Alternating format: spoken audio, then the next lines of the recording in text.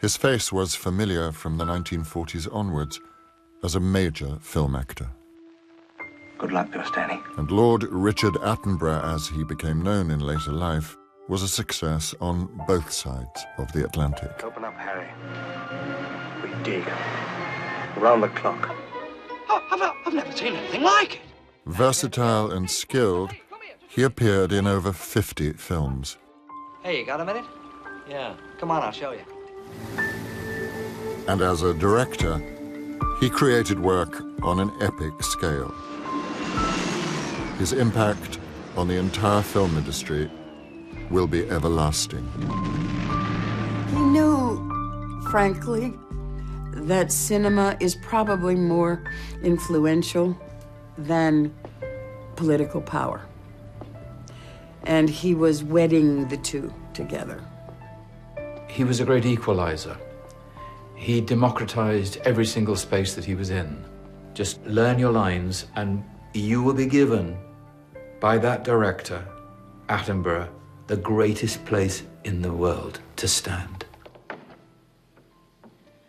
I am aware that I must have given you much cause for irritation, Your Excellency. I hope it will not stand between us as men. When someone famous, is remembered, we think of their name, and then we think of their accomplishments. But I feel differently about Dickie. I feel like he made the world a better place. You do everything just the way you always do it, Jack. When you get to the last bit, I'll be here too. I don't know what life is, but if there's such a thing as spirit or soul, I think he was one of the ones who had a great soul, a great spirit. Rehearsals begin September 22nd. We're going to rehearse for 6 weeks, 2-week out-of-town tryout, either in Boston or Philadelphia. The New York opening will be sometime in mid-January. He was somebody, you wanted to please, just inherently. Some directors you're guarded. With him, you're like a lapdog. You just, what can I do to make it better? Preaching to the converted is boring. There's no point in doing that. I want to reach the unknowing, the uncaring, and even the antagonistic. I do believe that no one can be completely original. Everybody we are, in other words, links in a chain. He is a complete link. More in that direction when you eventually do it. Yes, okay. I just have the feeling that I would like...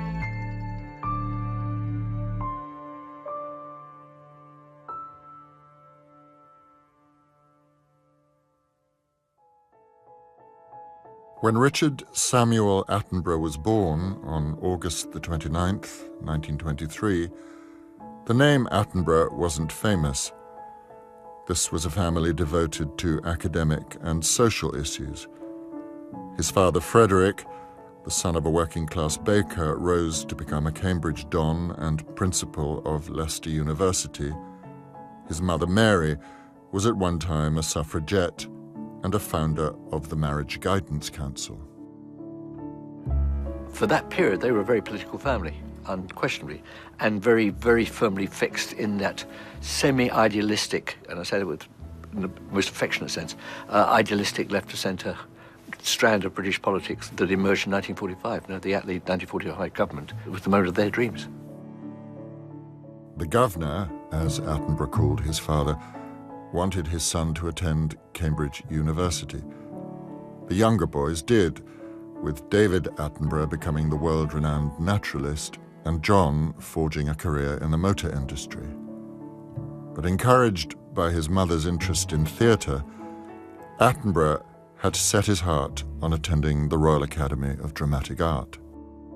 Most parents, my parents would have said it to me, steady on. You want to be an actor? No. Although he'd been utterly opposed to my wasting my time, as he put it in the drama theatre, when I ought to have been preparing myself to go to university and so on. I remember very clearly playing in a sketch, and my mother told me afterwards that when they went home that night, that he said, I think perhaps we better let Dick do what he wants to do. Attenborough worked hard to gain a coveted RADA scholarship, and then at the age of 18 made his cinematic debut in the Noel Coward and David Lean wartime production, In Which We Serve. Will you be requiring anything more before we close? Look here, miss. Judging by all I've had tonight, I ought to be drunk, see? I want to be drunk. I want to be drunk more than I've ever wanted anything in my whole life. He knew beyond a shadow of a doubt where his life was headed and what he was going to do with it.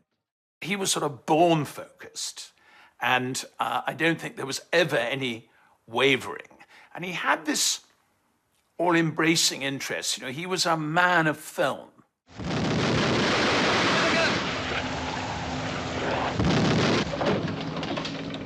The first appearance I saw was In Which We Serve, Noel Coward. A terrified serviceman, naval battle, beautiful performance. You could always believe in him. He never seemed, as some of them do, like a film person in this predicament.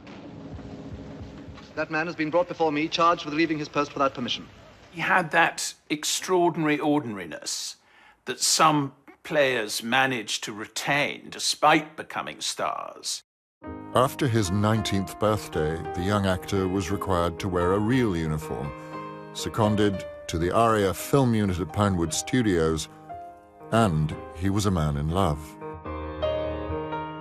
He and Sheila Sim had been students together at RADA, and in January 1945, they wed. Theirs was a love affair and marriage that would last for the rest of their lives. And on the horizon was the film which would transform his career, Brighton Rock. He was a little spiv, wasn't he? He was a little hustler. I remember at the time, 1940, post-war years, I remember being scared of it. There was something dark and ominous about it. Maybe you wouldn't know me again when you saw me. Oh, I'd never forget a face. He hit the right way of conveying the truth of a character, but making it tremendously interesting. You asked me to make a record of my voice. Well, here it is. What you want me to say is I love you. Here's the truth. I hate you, you little slut. You make me sick. His performance in Pinky was dazzling. And for somebody who was known for his charm, known for his ability to win the birds out of the trees, he was brilliant at the sinister. Don't do anything, Pinky. All right, Spicy. Goodbye.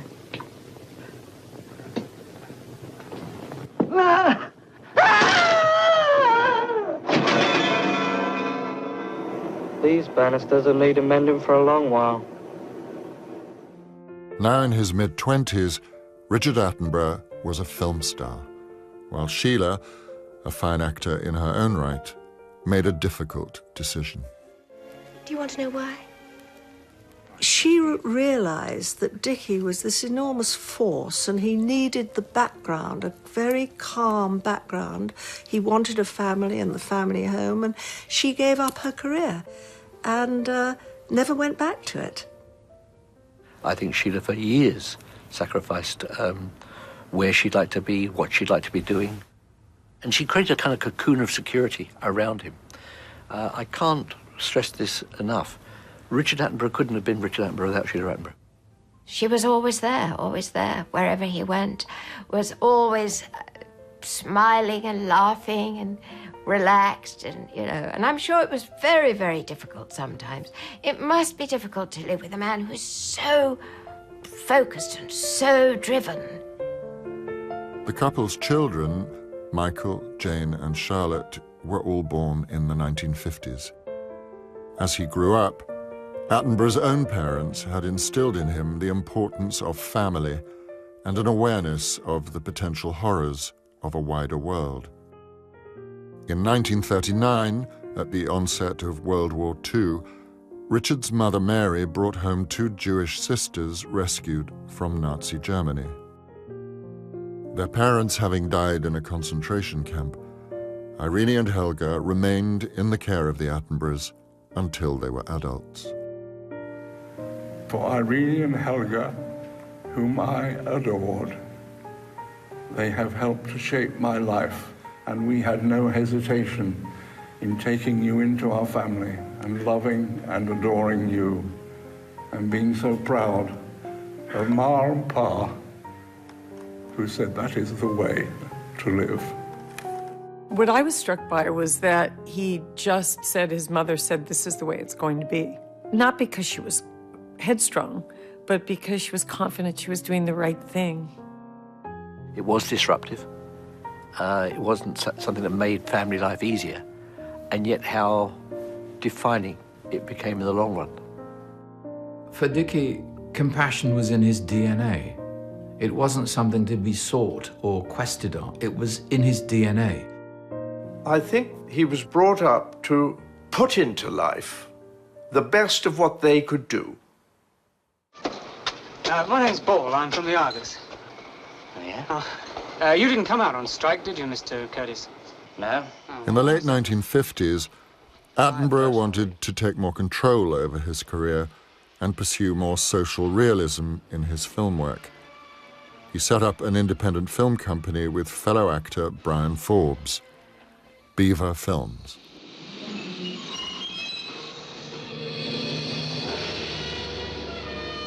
Mainly shot on location, the films were powerfully realistic. Their first production, The Angry Silence, told of a factory worker's struggle after opposing an unofficial strike. He had great socialist values, I think, and I think that when he started Beaver Films, they tried to put that into the work. I think that they were brave and independent films. It was a period in his life where he could have been earning quite serious money as an actor, character actor, but he chose to try to redefine. I think he and Brian, in a sense, did redefine British cinema at one point. And you lot, you didn't ought to talk to nobody because you got nothing to say. You're nothing. They always wanted to do unusual films. They wanted to break the mold. They wanted to shoot things in a different way. All the subjects were all very different and had something profound to say about the human condition. And Seance on a Wet Afternoon gave Attenborough his first BAFTA award, playing a downtrodden husband persuaded by his domineering wife to kidnap a young girl.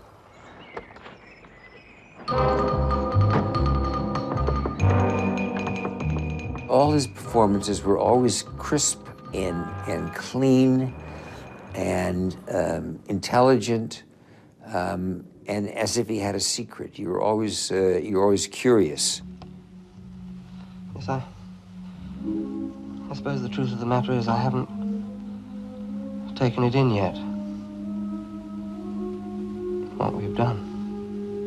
But what have we done? We've borrowed a child, that's what we've done. He also was a wily old fox in that actually the only way you could get films made really at that period of time when he first started the whole Beaver film things was very inexpensively because there was no money for films. It was quite amazing they got films made at all really. And I think the one way that you did that was to actually convince the focus puller that actually he could benefit in the profits of the film. So we went to Pierangeli and Michael Craig and Guy Green and the costumiers, Bermans and the lawyers and the accountants, and we persuaded everybody to work for nothing. What happened 9 times out of 10 was they didn't take money, they didn't take the salary. Brian, I remember Brian doing films, and I remember saying, oh, that's wonderful, we can now carpet that room. And he'd say, no, because I'm not being paid. The money will come at the end or something. So our houses were mortgaged. I think they might have mortgaged Sheila and I if it had been necessary. Most profitable was Whistle Down the Wind, directed by Forbes, produced by Attenborough, and starring Hayley Mills. Go on out of here. Why should I? It's my barn as much as yours. Eddie Road, I want to see my kitten. It was a tale of innocent children's discovery of a fugitive. Who's that? Who's that fella? It's not a fella. It's Jesus. Dickie Attenborough is one of the best producers I've ever worked with. Him and Walt Disney. Is it really him? He loved doing what he was doing. It was marvelous, marvelous, marvelous energy. Oh, gentle Jesus. I remember we went to the premiere. None of us had got any money and we didn't know how it would go. And we all waited up to get the newspapers. And they were such great reviews and we were all dancing in the street. We were so excited. At the age of 39, the now successful independent filmmaker was urged to read the biography of Mahatma Gandhi. Struck by Gandhi's character and the struggle for independence in India, he was also reminded that this was a man close to his father's heart. As a boy, he'd been taken to the cinema to see grainy newsreels of Gandhi's visit to Britain. The 1960s saw Attenborough set his heart on bringing Gandhi's story to the screen. But at the same time, he was in great demand as an actor internationally. Morning. He appeared in the cinema classic, The Great Escape. Mac, we'll close down Dick and Harry, seal them off. Put the entire effort into Tom and press right on into the trees. Right, Roger.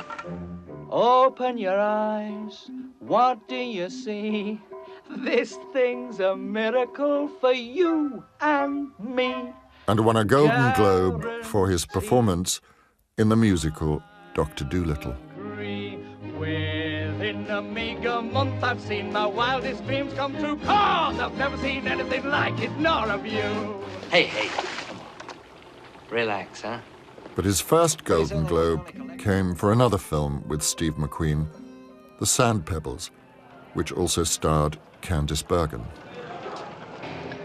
Dickie and I met in Taiwan in 1965. Hi.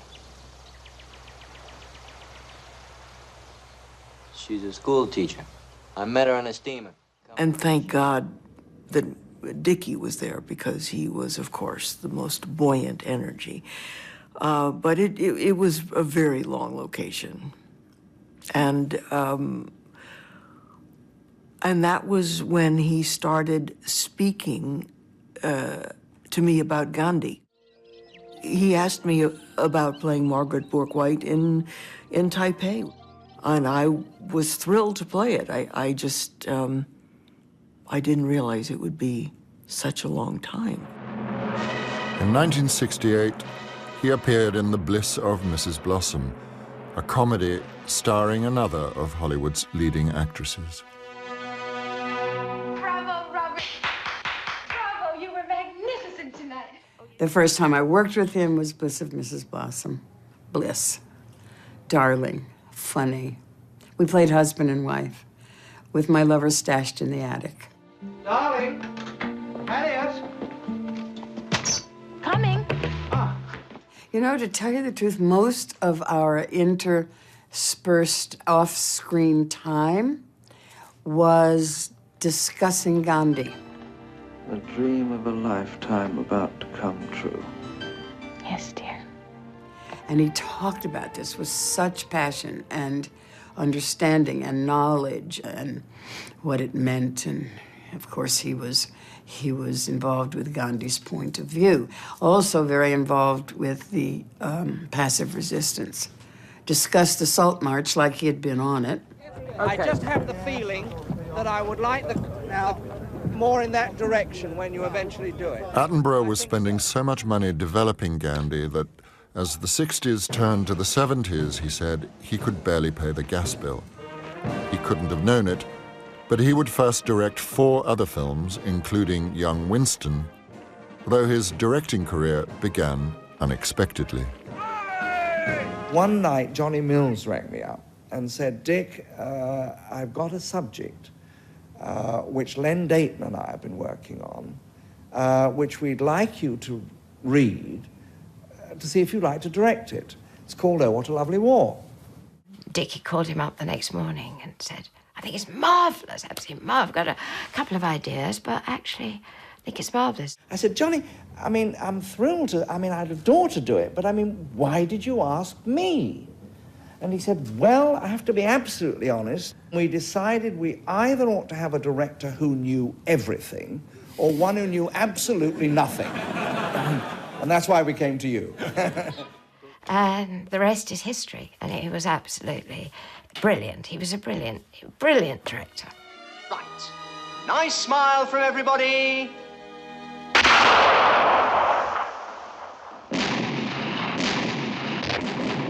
Austrian Archduke assassinated. Austrian Archduke assassinated. And I remember going to see it. The most incredible achievement that Dickie did on that film was the cast that he put together. To be able to pick up the phone and get every single great actor in this country to actually turn up to do a day's work for very little money and a sandwich and a glass of wine. Only Dickie could have ever done that. Happy days, really. There was a sort of jollity about everybody gathering in Brighton, in seaside hotels on the front. And I suppose behind it all was, of course, the vigor of Dickie's determination to make the film and to give everybody a good time making it. Victoria.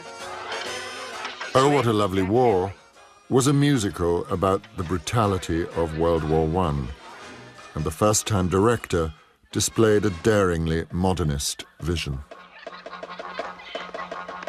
It was a brilliant adaptation of the stage play, with the music and the merry-go-round and the fairground and the soldiers coming and going. And if we continue in this way, the line of trenches will stretch from Switzerland to the sea. Neither we nor the Germans will be able to break through. The war will end in complete stalemate. Nonsense. We need only one more big offensive to break through and win. My troops are of fine quality and especially trained for this type of war. This is not war, sir. It is slaughter. I think he absolutely fell in love with it. I think he couldn't believe how much he loved the directing process. He was always engaged with you. You should come closer to camera as you come, as close as you can past here. And I think a lot of that came from his great understanding of many, many years of being on the other side of the camera. It's about something really important. I think that his best films always were when he had something to say.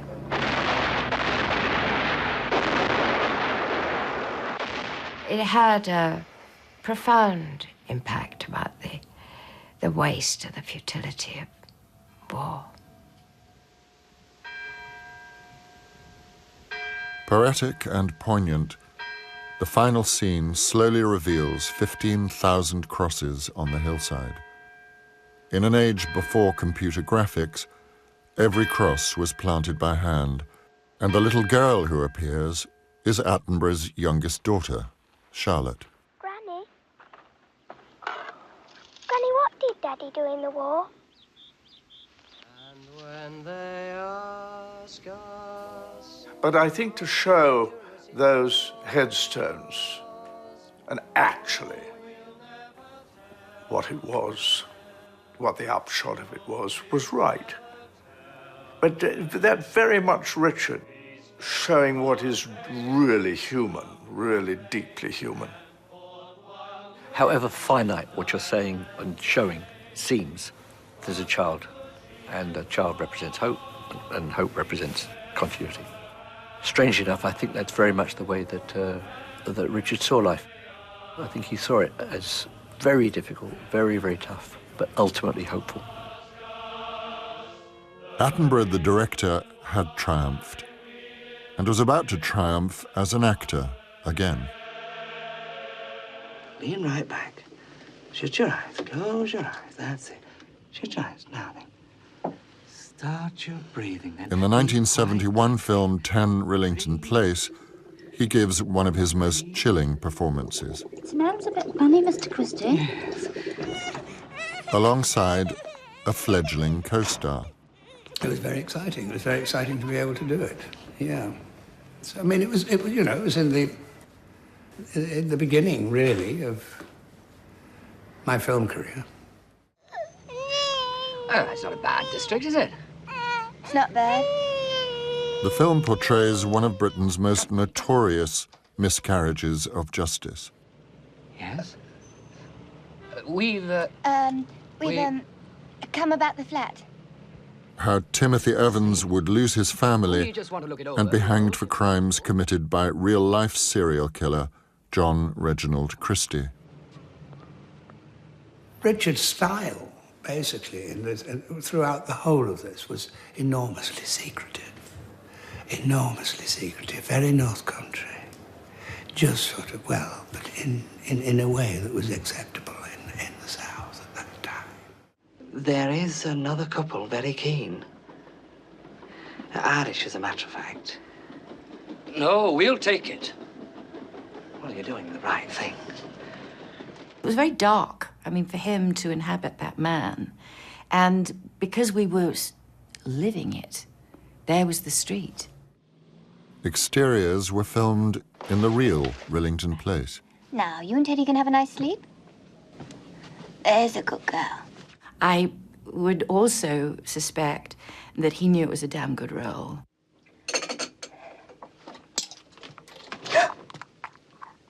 Oh.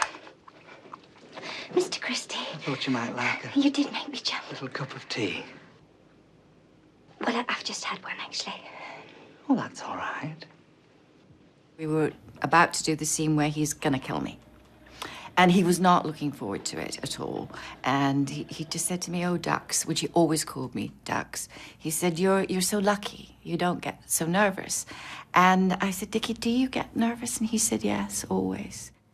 I had to start an hour or an hour and a half before shooting, which happened in large measure in the makeup chair. I didn't talk. I simply attempted to bring an absolute narrowing of concentration into this moment of able to experience the feelings and thoughts of this particular man. You've had gas before at the dentist, have you? Well, you know what it feels like then. He was brilliant at the sinister. Absolutely brilliant. As he was, I mean, and he managed to be able to touch it just enough and leave it. Oh, hello, Mr. Christie. It's bad news, Tim. And the sentence of the court upon you is that you be taken from this place to a lawful prison, and thence to a place of execution, and there you suffer death by hanging. And that It was probably the film that made me completely absolute politically in terms of capital punishment. And it was the wrongful conviction that drew Attenborough to the role.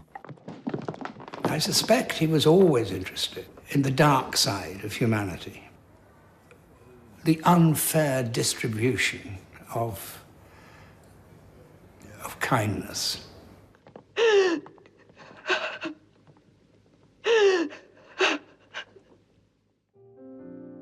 In 1976, Richard Attenborough was awarded a knighthood. I don't think it was in my mind at all.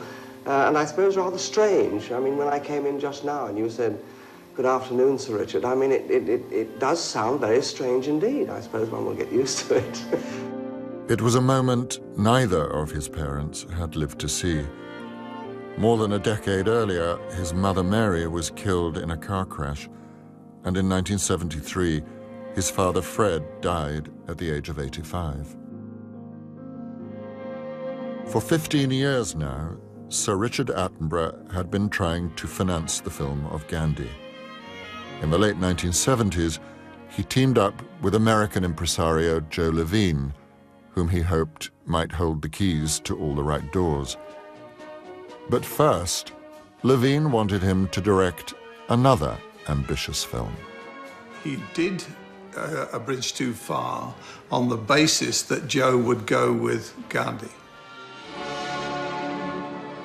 A Bridge Too Far centered on World War II's Operation Market Garden, Allied soldiers' attempts to capture key bridges behind German lines. In every sense, it was an epic, not least for the stellar cast. Morning, Derek. Glad to see somebody knows where we're going.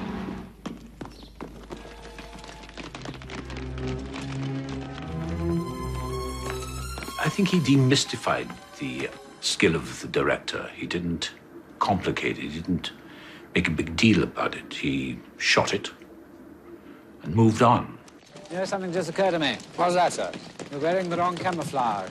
It's all very well for the country, but I doubt very much if it's going to fool anyone in the towns. Come on, come on. Oh, and nothing fazed him at all. You got to do your homework, and that's what he expected. And that he came from that school. Do your homework. Show up. Get on with it. And that's where Richard was tenacious and powerful. Any of them? Can't tell, sir. Can only hear them at the moment. And I liked that about him. He was charming, but I could see through him. I said, you're just foxy, aren't you? He said, what'd you say? I said, you're just an old fox, aren't you? He said, oh, yes. Look after that man. Fire! Fire!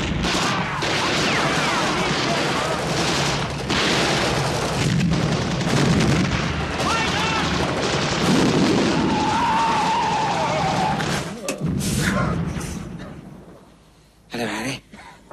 Hello, Johnny. Bridge Too Far was a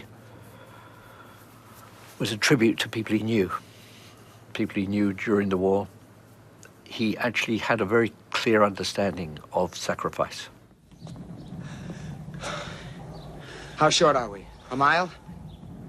The whole enterprise of the film was so worthwhile, had such a point and an importance to it, that all those actors will have done it for that reason and for Richard, really, for his enterprise. For Attenborough's next venture, one of those actors had to learn new skills as a ventriloquist in the thriller Magic. Hey, you know what I think? Now, what do you think? We're gonna be a star. Richard never bothered me. He never wanted to test me, but one day he said, how are you getting on with the ventriloquism? And suddenly I started doing the voice of Fats. I don't think you're very funny. Well, they do. Thank you. You know, I worked very hard to get it right, and the ventriloquism and the magic. And he left me alone. He just trusted that I would do my homework. He doesn't hamper you like some directors. You're going to do this, you're going to do that. He said, but that, you're an actor, that's what you have to do. Was you thinking about her?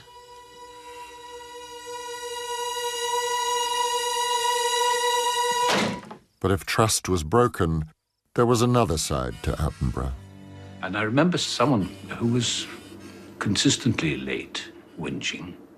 He said, I don't know what I've got to do in the scene. He said, oh, but darling, you're the actor. That's your contract. You signed it, so that's up to you. No, that's, I don't know how to direct you because this is your job. But as you can't do it, bye-bye.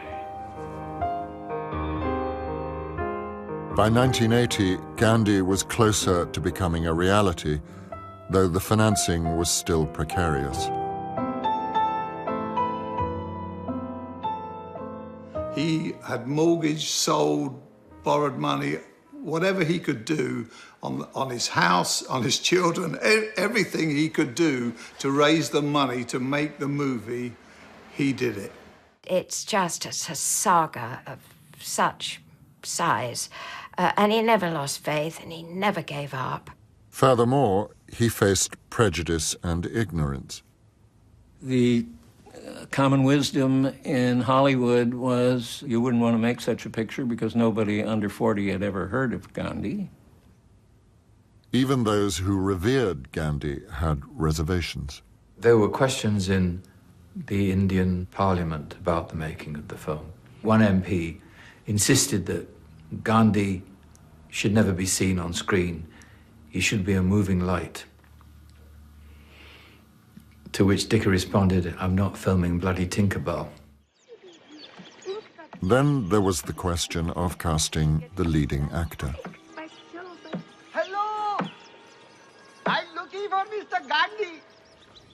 Believe it or not, it's in his book somewhere. He asked me to play Gandhi. I mean, he did test me for Gandhi. We saw each other in Los Angeles. Me, Gandhi? I was very aware of the fact that I was distinctly Caucasian. My father asked me, he said, "Gandhi, who's going to play Pandit Nehru? Harry Sekhum?" He said, "A comedy, is it?" It was Attenborough's son, Michael, who suggested a relatively unknown theatre actor. I tend to keep my eyes closed during makeup so that when I open my eyes, I hopefully see someone else.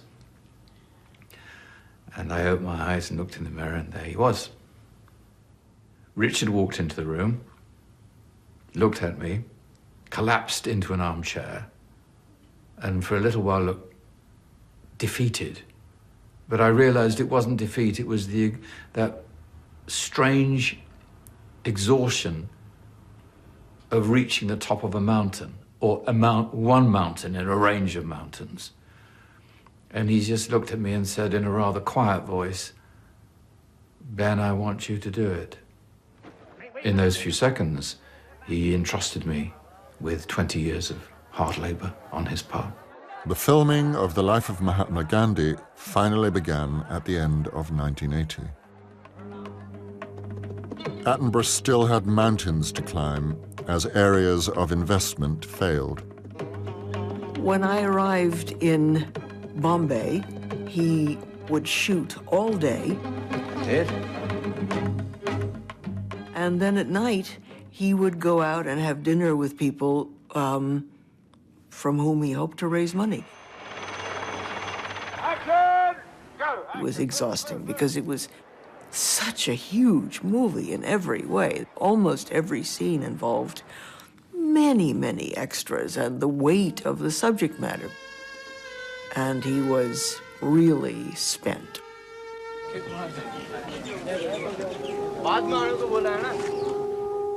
Attenborough never let money troubles affect the set or his actors.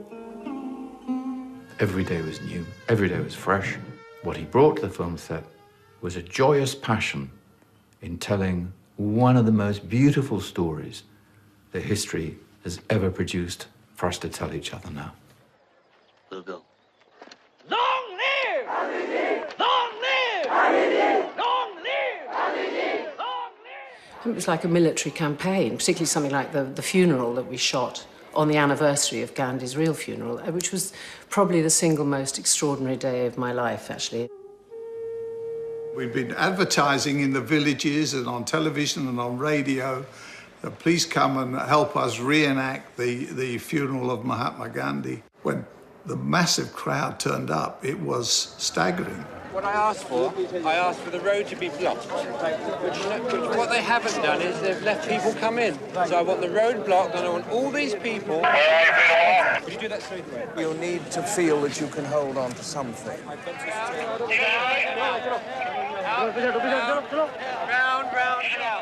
like everyone... It was like an airplane going through locusts, and we were banging, people were banging into the car, and I said to the second AD, who very discreetly got me onto the funeral carriage, on which I lay for 7 hours without moving, "How many people here?" He said, "Did this end?" "About 40,000. "How many people altogether?" "I think 400,000. It was the biggest movie crowd in history.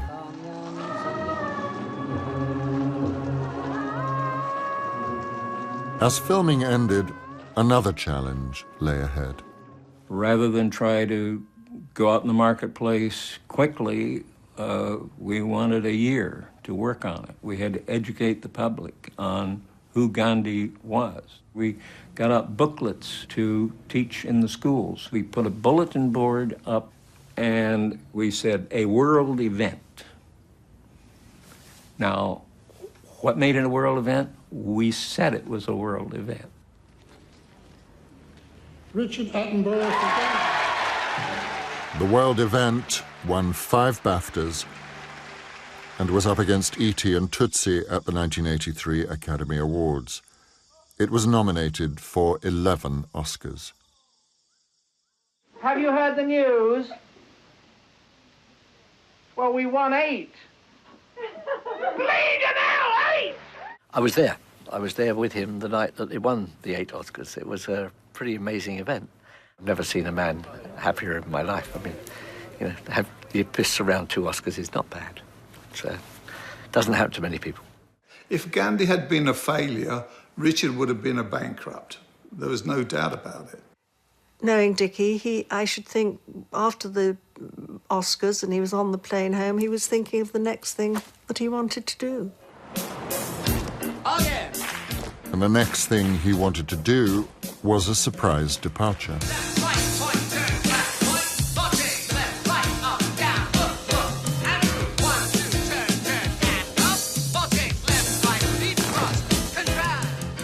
I don't know that it was the right film for him to do. I think that, to tell you the truth, I think that, you know, after Gandhi, he was the hottest thing around.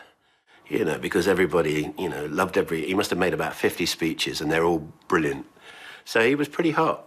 And he got the hottest project around at that moment in time, which was Chorus Line. Hey, hold it. Let's go on. Away from the mirror. It was tough. Needless to say, I don't think Chorus Line was the high point for either mine or Lord Dickey's careers. 1, 2, 3, 4, 5. Okay, listen up. Larry's got the exact style I'm looking for, very 30s. Everybody, just keep your eye on Larry. Let's continue now from Moment in Her Presence. The musical A Chorus Line was released in 1985. Many had tried to bring the successful stage show to the screen. Critics were surprised it was an Englishman directing such an American story. I think you'd be very brave to undertake it, but knowing the struggles of Gandhi, knowing the complete incredible struggles he had to get that picture made, there was a part of him, I think, that enjoyed he had passion. You know, he had passion and he had tenacity, and he'd like to fly without a net once in a while.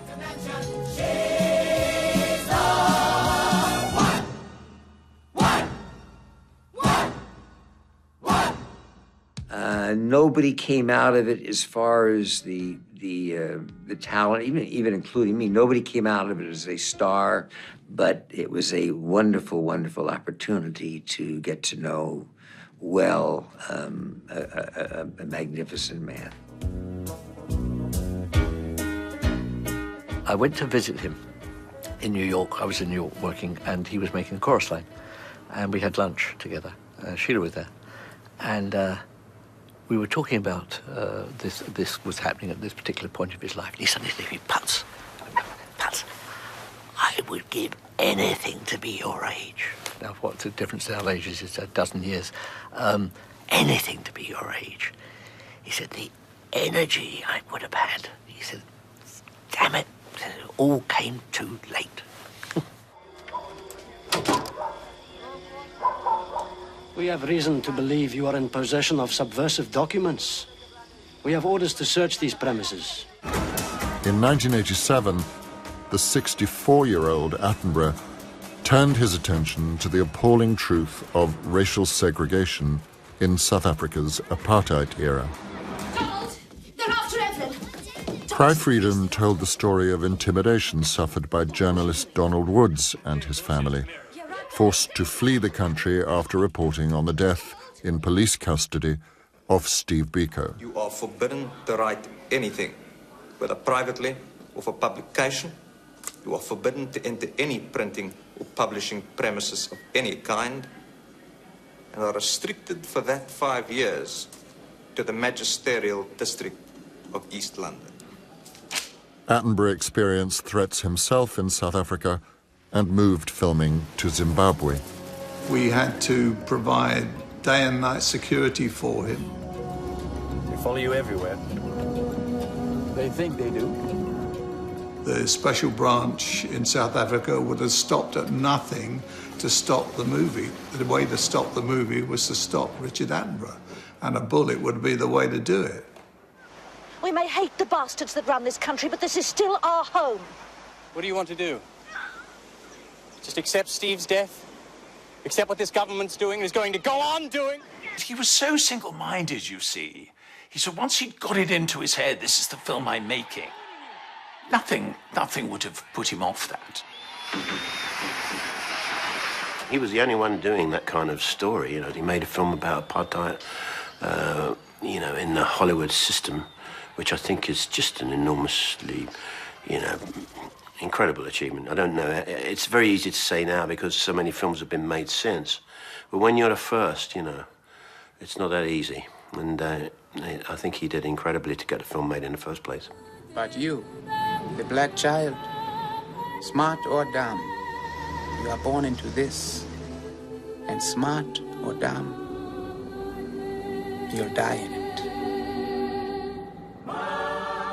The film showed his great power as a filmmaker.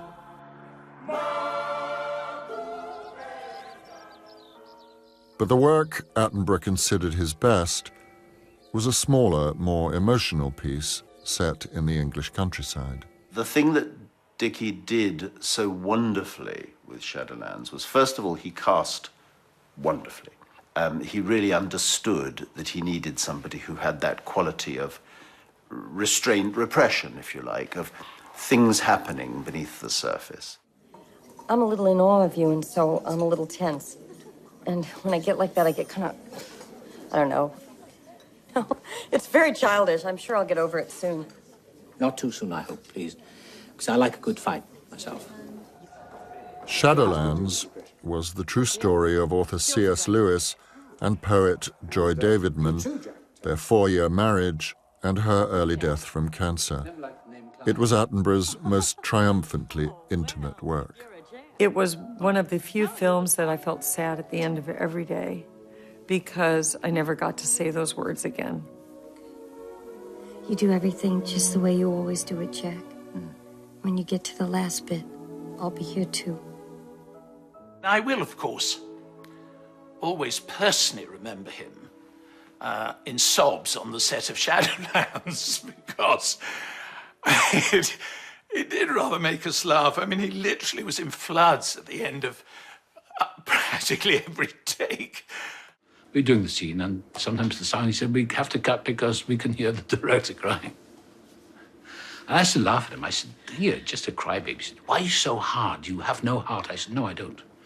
He said, you mustn't be like that. I said, why do you cry all the time? He said, because it affects me. He said, but you're such a cold fish. I said, well, yes, I am. He said, for a Welshman, that's disgraceful. I said, well, that's what I am. I'm pretty heartless.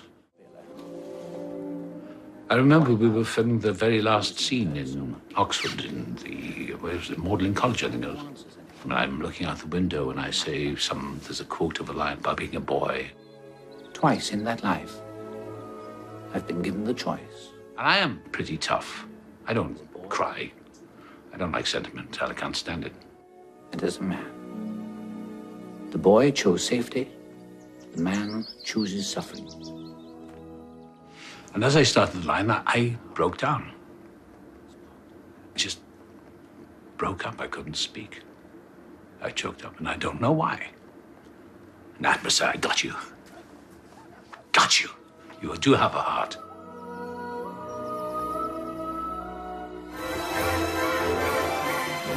After a 14-year gap, the director was lured back to acting by an ardent fan, Steven Spielberg.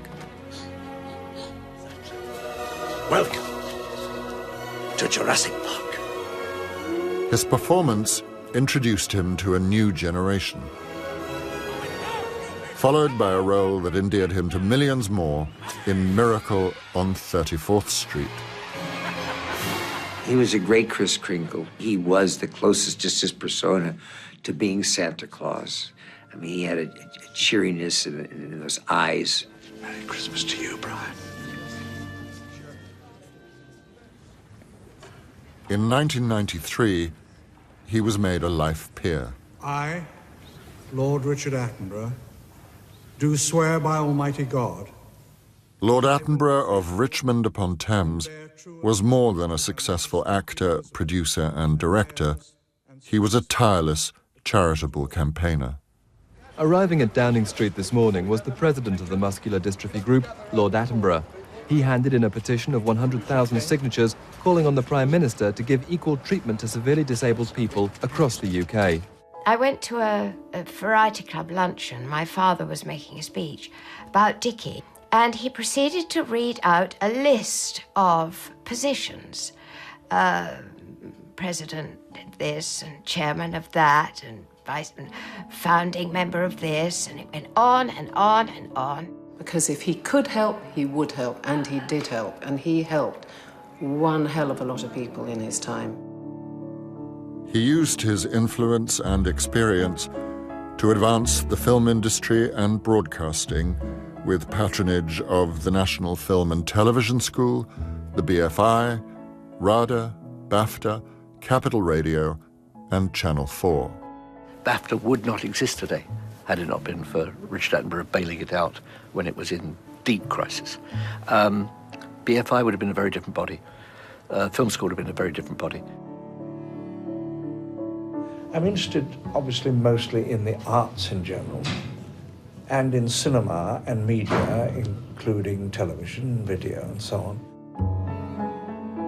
I have absolutely no doubt that without Richard Attenborough, right now, at this moment in time, there would be no British film industry. He was that important. But what could be described as his greatest personal achievement was shared with Sheila. They spent more than 7 happy decades together, a tight family unit. Your children, Michael and Jane. We're sorry Charlotte couldn't be here, but we thought it was a bit late for her to stay out. They were very much alike. Quiet, very English, very calm. It was like being back in the 50s, being with them. It gave you hope for monogamy. It gave you hope for longevity in marriage. They supported one another. They were so lovingly involved with the everydayness of life. Yeah. Sometimes we make more of an effort being nice to strangers than we do to the person closest to us. And I think Sheila and Dickie always recognized the fact of having tremendous mutual respect for each other and never taking the other one for granted. That's what it was like, a peaceful summer Sunday afternoon in Chertsey or something like that. Or like a John Betjeman poem. That's what they were like a little John Betjeman poem.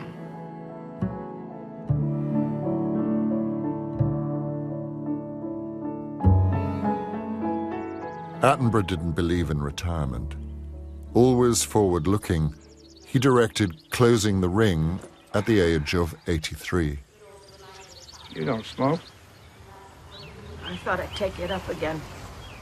The film dealt with loss, and it would turn out to be his last. You won't forget to do something for me, will you, Ethel? What's that? Grieve? And Richard Attenborough was a man in grief himself, having suffered a terrible family tragedy. His daughter Jane, aged 49, and her daughter Lucy, 15, had been swept away in the 2004 Asian tsunami while on holiday in Thailand. He was really dealing with the grieving process at the same time he was being creative.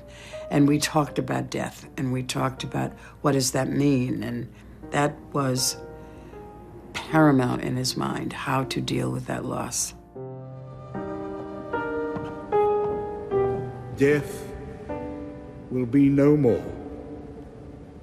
Mourning and crying and pain will be no more. For the first things have passed away. And there was nothing to say. It's incomprehensible, the grief and the awfulness of a situation like that. And they very, very rarely spoke about it afterwards. It was too enormous. In 2008, Richard Attenborough suffered a severe fall caused by a stroke. His health then declined. In 2012, he joined Sheila at Denville Hall, a care home for actors, and a place which they had both supported over decades. I last saw him and Sheila together a few months ago. And Sheila was basically Richard's voice, because his vocabulary and his ability to speak was very, very, very limited.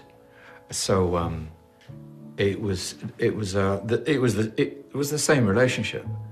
The roles had just modulated into something equally expressive, very loving and jolly.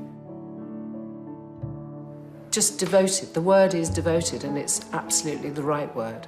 And seeing them together at Denville, just sitting on, Sheila sitting on Dick's bed.